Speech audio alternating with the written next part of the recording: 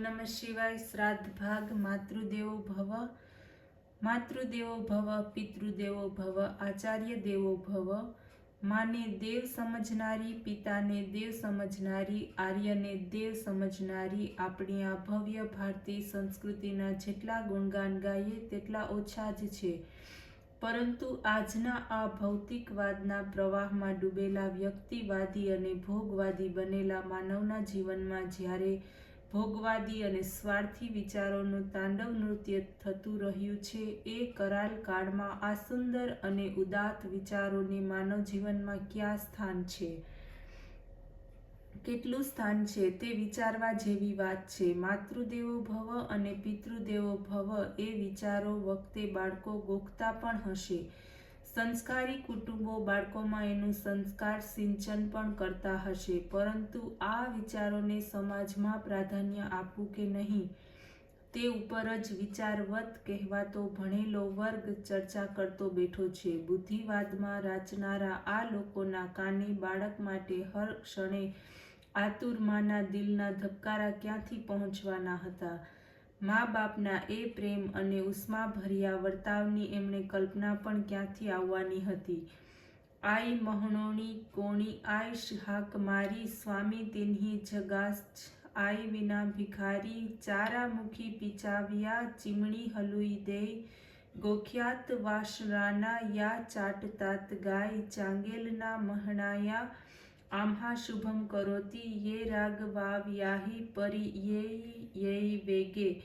મ પ્રત્યેની આ સુંદર અને ભવ્ય પ્રેમાળ લાગણીનો ક્ષુદ્ર ભોગોમાં રાચતા ભોગો જ જેના જીવનનું સર્વસ્વ છે, એ માંડવીને જરા સ્પષ્ટ શબ્દોમાં કહું તો માનવ મટી ચૂકેલો એ પશુને ખ્યાલ ક્યાંથી આવવાનો હતો?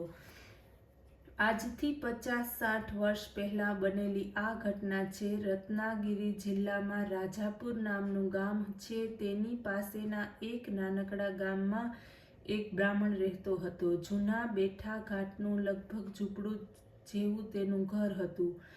2-5 નાળિયેર, 5-6 સોપારીના ઝાડ અને 1-2 આંબાના વૃક્ષની બનેલી તેની વાડી હતી કે જે વાડીના ઉછેરથી ભાગ્યે જ 2 ટંક ખાવા મળી શકે.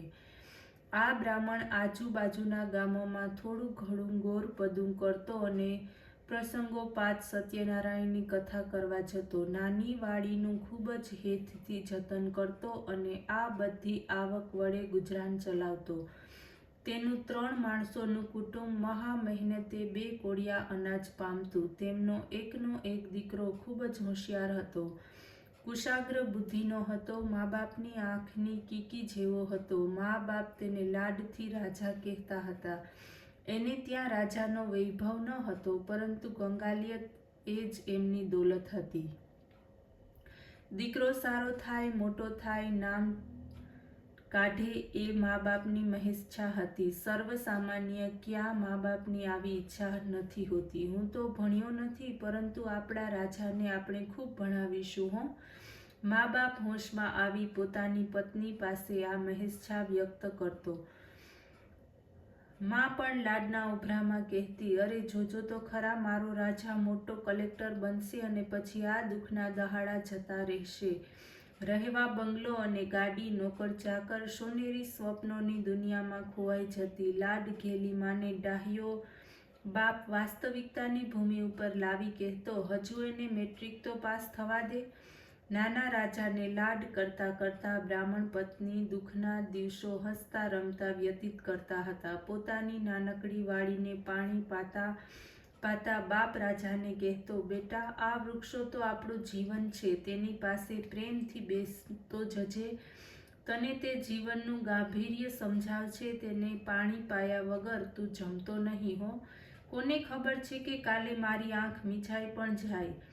તને આજે કહી રાખું. આંબાના વૃક્ષ તરફ આંગળી કરી તે કહેતો, બેટા તને ખબર છે આજથી 30 વર્ષ પહેલાં હું જ્યારે તારા જેવડો હતો ત્યારે આ ઝાડનો ગોટલો મારા બાપાએ વાવ્યો હતો અને એ ગોટલાએ આ પથ્થર ફોડી તેના જીવનમાં આપનાર હર એક મુસીબતનો સામનો કરી વૃક્ષનું રૂપ ધારણ કર્યું છે. સંકટો ગણકાર્યા વગર કાળ સામે અવિરત લડતું રહ્યું છે અને તેથી જ તો આજે એની એ સુંદર ઘટાનો છાંયડો તું માણી શકે છે, તેના મધુર ફળની શાંતિ અનુભવે છે. બેટા, તું પણ મોટો થઈને છાંયડારૂપ બનજે, થાક્યાનો વિસામો બનજે, શુદ્ધાર્થીને અન્ન આપજે. પરંતુ એક વાત હંમેશા યાદ રાખજે કે મોટા થવા માટે, બીજાના છાંયડારૂપ બનવા માટે તારે કાળ સામે સતત ઝઝૂમવું પડશે. હર ક્ષણે ડગલે ને પગલે સંકટોનો સામનો કરવો પડશે. જીવન સંગ્રામમાં સામી છાતીએ ઘા ઝીલવા પડશે. નાનકડો રાજા આ અભણ પિતાની પ્રેરણાદાયી વાણીનું જીવનનો મર્મ સમજાવી પ્રેમાળ વાણીનું એક ચિત્તે પાન કરતો. પ્રભુને માટે જ્યારે માં ફૂલો વીણવા જતી ત્યારે કોઈ વાર રાજા પણ સાથે જતો. ગામડાની અભણ માં પોતાના વહાલ સોયા દીકરામાં સંસ્કાર સિંચન કરતી. પોતાના જેવી નાની કુમળી કળીઓ જોઈ રાજા તેને તોડવા જતો.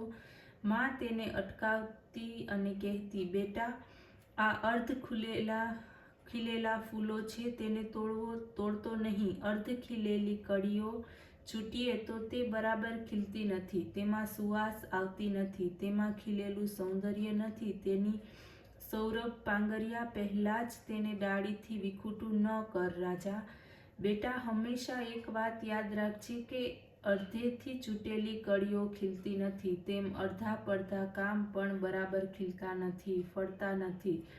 મોટો થઈને તું જે પણ કરે તે સંપૂર્ણ કરજે, સાંગોપાંગ કરજે.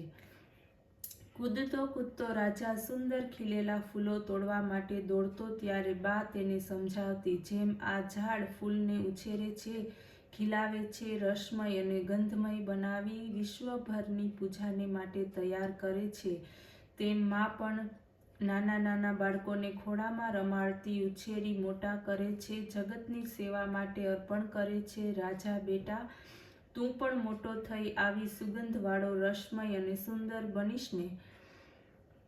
જગતની સેવામાં આ જીવન ખર્ચીશ ને? આ રીતે માં રાજાને પ્યાર કરતી, તેની લાડ ઘેલી ભાષામાં સંસ્કારનું, જીવનનું સ્તનપાન કરાવતી. કંગાલિયત સામે લડતા રાજાનું પ્રાથમિક શિક્ષણ પૂરું થયું. આ નાનકડા રાજા ગામમાં માધ્યમિક શિક્ષણની વ્યવસ્થા ન હતી. રાજાને આગળ ભણાવવો હતો. આગળ ભણાવવા હોય તો તેને રત્નાગીરીની માધ્યમિક સ્કૂલમાં મૂકવો પડે. ત્યાં મૂકવો હોય તો પછી પૈસાનો પણ કંઈ બંદોબસ્ત થવો જોઈએ. શું કરવું? ગરીબ કુટુંબ સામે આ બહુ મોટી સમસ્યા ઊભી થઈ હતી. એક રાતે રાજા પથારીમાં સૂતો હતો. પતિ પત્ની તેની બાજુમાં ચિંતાતુર બેઠા હતા. પૈસાની વ્યવસ્થા કેમ કરવી તેની મૂંઝવણ હતી. પરંતુ પુત્ર તરફ દ્રષ્ટિ જતાં જ માનું વાત્સલ્ય ઉભરાઈ આવ્યું. એક ક્ષણમાં માની આંખોમાંથી ચિંતા દૂર થઈ. માએ અમી દ્રષ્ટિએ રાજાને પ્રેમથી નવડાવી નાખ્યો. સૂતેલા રાજાના વાળમાં પ્રેમથી હાથ ફેરવતી બ્રાહ્મણ પત્નીએ કહ્યું, ગમે તે થાય પણ આપણે રાજાને આગળ ભણાવવો જ છે. બહુ થશે તો આપણે પેટે પાટા બાંધશું, એક વખત જમશું, પાય પૈસો બચાવીને મારા રાજાને ભણાવીશું, તેને હાઈસ્કૂલમાં મોકલશું. તમે ગમે તેમ કરીને પણ રત્નાગીરીની શાળામાં રાજાને દાખલ કરો.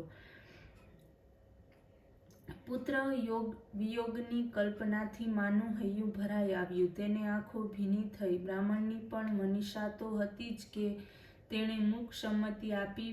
ભૂખ્યા રહીને પણ છોકરાને આગળ ભણાવવો એવી મનમાં ગાંઠ વાળી અને બંને સૂઈ ગયા. બ્રાહ્મણે બળદગાડીની વ્યવસ્થા કરી. થોડા ઘણા રૂપિયા બચાવ્યા હતા તે ગાંઠે બાંધ્યા અને રાજાને સાથે લઈ બળદગાડીમાં તે રત્નાગીરી જવા તૈયાર થયો.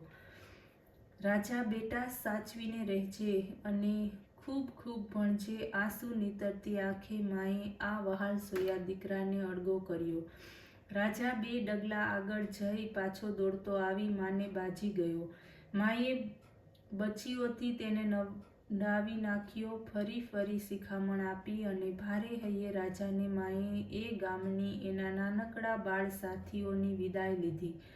નાના રાજાએ પડખામાં ખેંચી વહાલથી તેને વાંસે હાથ ફેરવતો, બાપ, અંધકારમય ભાવિમાં રસ્તો શોધવાની મથામણ કરતો, ભગવાનને યાદ કરતો, વિઘ્નહર્તાનું સ્તવન ગાતો ગાતો ગામથી વધુને વધુ દૂર જતો હતો.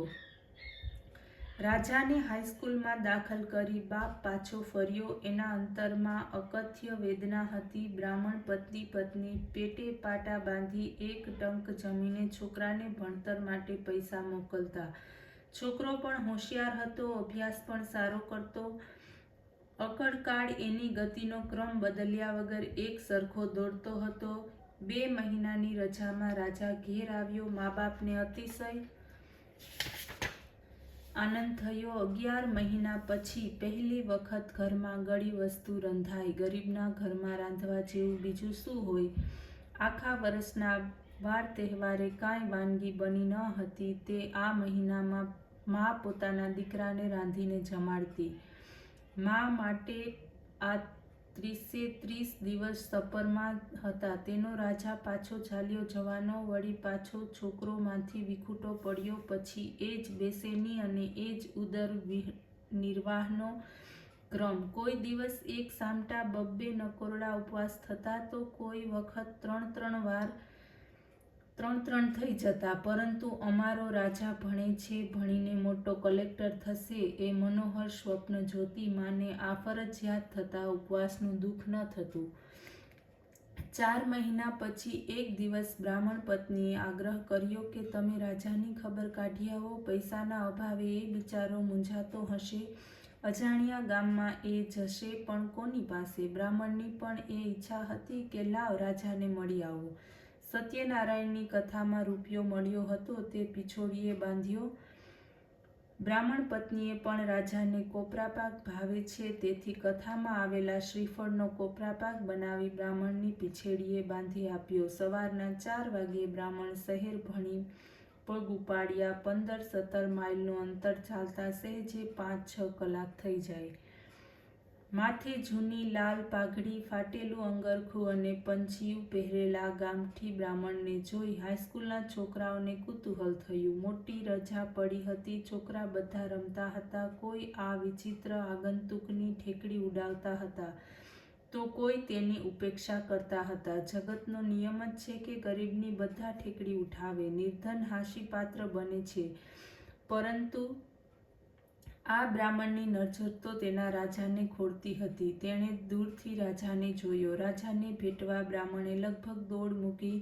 હોશિયાર બાળકે પોતાના પિતાના મનોભાવ વાંચી લીધા. તેને લાગ્યું કે મારા પિતા આવા ગામઠી માણસ છે એ બધા વિદ્યાર્થીઓ જાણે છે તો મારી ઠેકડી ઉડાવશે. તેથી તે પિતાનો હાથ પકડી સ્કૂલથી દૂર એક વૃક્ષ નીચે લઈ ગયો. પિતાએ પૂછ્યું, મને આમ ક્યાં લઈ જાય છે? મારે તારી રૂમ જોવો છે. હું જોઉં તો ખરો કે તું ક્યાં રહે છે? બાપુ, તમે આટલે દૂરથી આવ્યા છો, થાકી ગયા હશો. અંદર નહીં આવો તો ચાલશે. વળી ત્યાં આવવા સુપરિન્ટેન્ડન્ટ સાહેબની પરવાનગી લેવી પડશે. મૂકો ને એ ટપ. બાપને થોડું દુઃખ તો થયું, પરંતુ છોકરો પ્રથમ નંબરે પાસ થયો હતો. અભ્યાસ મન દઈને કરતો હતો તેથી તેણે મન પર ન લીધું. તેની પત્નીએ મોકલાવેલો કોપરાપાક છોકરાને આપ્યો અને કહ્યું, તારા દોસ્તોને આપીને ખાજે બેટા. આપણે ગરીબ જરૂર છીએ પણ એકલ પેટા નથી. બધાને વેચીને ખાજે હો. એટલામાં નિશાળનો ઘંટ વાગ્યો. રાજા પિતાને પગે લાગ્યો. પિતાએ તેને આલિંગન આપ્યું, પીછોડીમાંથી રૂપિયો કાઢી આપ્યો, અંદરથી આશીષ આપ્યા, વિદાય લીધી. નિશાળ તરફ દોડતો છોકરાને અનિમેષ નયને તે નિહાળી રહ્યો. છોકરાનો અભ્યાસ જોઈ તેનું મન પ્રસન્ન હતું, પરંતુ તેનામાં થયેલો ફેરફાર જોઈ, તેનું વર્તન જોઈ, કોણ જાણે કેમ પણ તેનું મન ભારે ભારે લાગતું હતું. તેનું અંતર અંદરથી પોકાર કરતું હતું, સંભાળ છોકરાને, નહીં તો તે હાથથી જશે. પરંતુ વિઘ્નહર્તાને યાદ કરી અંતરમાંથી ઉઠેલા અવાજને તેણે દાબી દીધો. વર્ષોને જતાં કાંઈ વાર લાગે છે. રાજા હવે બાળક મટી કિશોર થયો હતો. યૌવન ડોકિયું કરતું હતું. રાજા હોશિયાર હતો, ખંતથી અભ્યાસ કરતો હતો. મેટ્રિકમાં તે પહેલે નંબરે પાસ થયો. બ્રાહ્મણની આંખો હર્ષાશ્રુથી છલકાઈ. બ્રાહ્મણ પત્નીનો તો ઉત્સાહ અને આનંદ જ અકથ્ય હતા. હવે તો તેને સ્કોલરશીપ પણ મળી હતી. છોકરાને વધુ વિદ્યા અભ્યાસે મુંબઈ મોકલ્યો. એ કાળે મુંબઈ જવું એટલે આજે લંડન જવા જેવું લાગતું હતું. કોલેજમાં પણ રાજાએ સુંદર પ્રગતિ કરી. પ્રાધ્યાપકો અને વિદ્યાર્થીઓ સૌને એ લાડકવાયો બન્યો. મુંબઈ આવ્યા પછી પિતાને પહેલો પત્ર લખ્યો. પોતાના કુશળ લખ્યા. દિવાળીની રજાઓમાં બાપે ગામ આવવા માટે પત્ર લખ્યો, પરંતુ આર્થિક ભીડને લીધે તેણે ગામ જવાનું ટાળ્યું. પરંતુ એ દિવસો દરમિયાન રાજા એક શ્રીમંતની સુંદર છોકરી સાથે પ્રેમમાં પડ્યો. ગામમાં ગરીબ બાપ પોતાના છોકરાના યશ માટે શિવજીનો અભિષેક કરતો અને વિનંતી કરતો કે ભગવાન મારા રાજાને પહેલા નંબરે પાસ કરજે. માં પણ ભગવાન પાસે છોકરો પ્રથમ નંબરે પાસ થાય એવી પ્રાર્થના કરતી. એક પછી એક રજાઓ પૂરી થતી ગઈ. આર્થિક ભીડના કારણે અથવા તો પરીક્ષાને લીધે વાંચવાનું ઘણું છે. આમ એક કે બીજા બહાને રાજા ઘેર જવાનું ટાળતો અને છોકરીના સ્નેહપાશમાં વધુને વધુ જકડાઈ ગયો. છોકરીના શ્રીમંત પિતા પણ રાજાને ભાવી જમાઈ જ ગણતા હતા. શ્રીમંત સસરાને રાજી રાખવા રાજા ઘણી છઠ્ઠીઓ તેમને ત્યાં જ વ્યતીત કરતો. માં બિચારી મારો રાજા આવશે, આવતી રજાઓમાં જરૂર આવશે કહી મનને મનાવતી. દિલ ભરાઈ આવે ત્યારે આંસુ પાડીને મનનો બોજ હળવો કરતી. રાજાની મહેનત અને મા બાપની અંદરની આ પ્રાર્થના ભગવાને સાંભળી. રાજા BSA પ્રથમ વર્ગમાં પ્રથમ આવ્યો. આખી યુનિવર્સિટીમાં પ્રથમ આવ્યો. NICS કરવાનું મન થયું. છોકરીનો પિતા તેને ઇંગ્લેન્ડ મોકલવા તથા તેનો બધો ખર્ચો ઉપાડવા તૈયાર જ હતો, પરંતુ છોકરીએ વ્યવહારુ સૂચન કર્યું, તમે ICS થયા પછી લગ્ન તો કરવાના જ છો, તો પછી લગ્ન કરીને જ ઇંગ્લેન્ડ જાઓ. તો રાજાને ઈચ્છા થઈ કે મા બાપને એકવાર મળી આવું, પરંતુ પિતા પાછો આવવા ન દેતો. આ લગ્નને પિતા મંજૂરી ન આપે તો તેથી પોતાની સાથે ભણતી યુવતી જોડે તે મા બાપથી છાનો માનો લગ્ન ગ્રંથિથી જોડાયો. જે માતા પિતાએ લોહીનું પાણી કરી પેટે પાટા બાંધી છોકરો ભણી ગણીને મોટો થશે એ એકમેવ ભરોસો રાખી તેને ભણાવ્યો, તે ભરોસાને ભણેલા રાજાએ ઠોકર મારી. માની અંદરની એ મૂક ભાવનાને અંતે સતત વાત્સલ્યથી જરતા હૃદયને યુવાન બનેલા સુંદરીના મોહમાં પડેલા રાજાએ પગ નીચે કચડી નાખ્યા. લગ્ન જેવા પવિત્ર અને મહત્વના પ્રસંગે મા બાપના આશીર્વાદ લેવાની ભાવનાને ઠોકર મારી. લંડન જવાનો દિવસ પાસે આવ્યો. ઘેર મા બાપ છાતકની દ્રષ્ટિએ પુત્રના આગમનની રાહ જુએ છે. મારો રાજા જરૂર આવશે કહેતી પ્રેમાળ ભોળી માની આંખમાં આંસુ સુકાતા નથી અને રાજા તો ઇંગ્લેન્ડ જવાની તૈયારીમાં હતો. જવાના દિવસે સસરો તથા પત્ની રાજાને મળવા આવ્યા. બંદર ઉપર આવીને અનેક શુભેચ્છાઓ વ્યક્ત કરી. સ્ટીમરને જોતા જ રાજાએ રત્નાગીરીનું બંદર યાદ આવ્યું. હું મુંબઈ આવ્યો ત્યારે આ જ રીતે બા તથા બાપુ મને વળાવવા આવ્યા હતા. તેને માં યાદ આવી, માનો પ્રેમ યાદ આવ્યો, પિતા અને પિતાનું વાત્સલ્ય યાદ આવ્યા. તેમણે સેવેલી મહત્વાકાંક્ષાઓ અને આપેલી શિખામણો સ્મૃતિ પટ ઉપર એક પછી એક તરવા લાગી. એક વાર તો તેને થયું કે લાવ દોટ મૂકી ઘેર જઈ બાના પગ પકડી લઉં, પિતાને ક્ષમા માગી લઉં. ઓમ નમઃ શિવાય.